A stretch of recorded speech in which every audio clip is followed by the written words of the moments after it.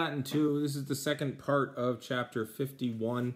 We're on page 268. So we're, the very top of it. I just made the break right there. So with this having been done, and if you don't remember what this is, go look at the previous chapter. With this having been done, let's see, his father ordered a certain slave to put the toga of manliness, the manly toga, on Marcus, or for Marcus, put it on for him. So a toga actually was kind of a rich person's clothing flex. You needed someone to help you put it on if you wanted it to look good. And there were specific slaves whose entire job was to do that, because what a hell of a way to show off your wealth, which meant that you could hire them for a day away from a friend or that kind of thing, so that it's going to look the bestest that it could. From there, let's see, his parents hugged him, and the rest of the people congratulated him.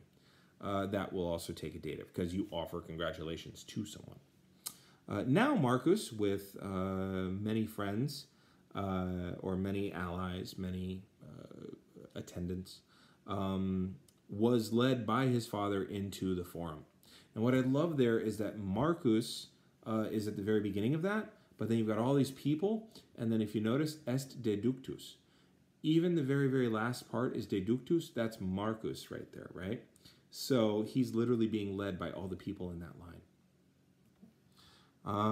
When they had reached that place, with Marcus having been led into the records room, his father asked those who were accompanying them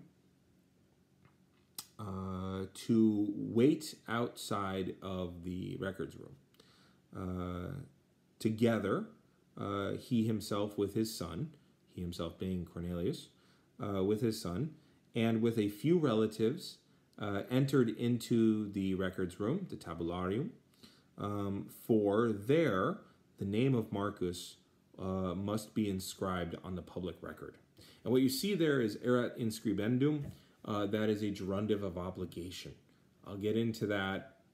Frankly, I'll get into that in level 3. I was going to get into that this year at the end of the year, but we don't have that opportunity. If you're in the boot camp, don't worry. I'll make sure I give that to you, though. Let's see. With these things having been accomplished or completed, all the bystanders greeted Marcus with a loud shout. Greeted Marcus having now come out with a loud shout. Let's see. Then, when Marcus gave thanks to everyone, or had given thanks to everyone because of such a great kindness toward himself, everyone returned to the home of the Cornelii, for Cornelius had invited many to dine with him on that day. So, yay, everybody's coming of age. It'll be lovely.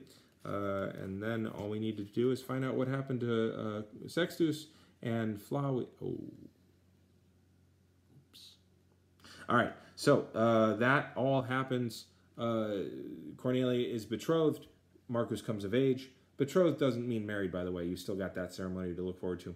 And now we're going to look into a story in chapter 52 of a fun little myth, which is essentially the Romans' version of women. Am I right?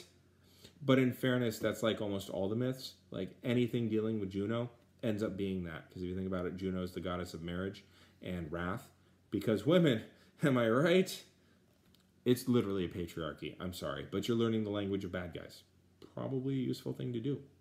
Okay, I'm going to hit the button.